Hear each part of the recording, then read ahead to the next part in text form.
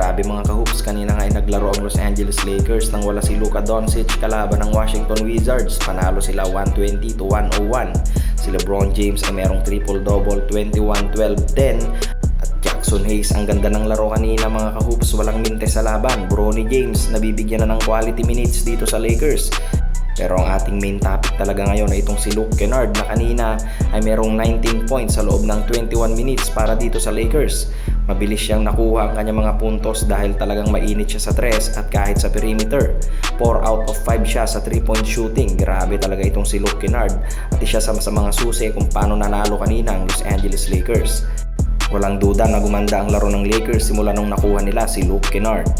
At talagang makukuha ni Luke Kennard ang magandang kontrata pagdating ng free agency at siguradong babalikan siya ng Los Angeles Lakers ngayong off-season. Anong masasabi nyo sa laro ni Luke Kennard mga ka-hoops?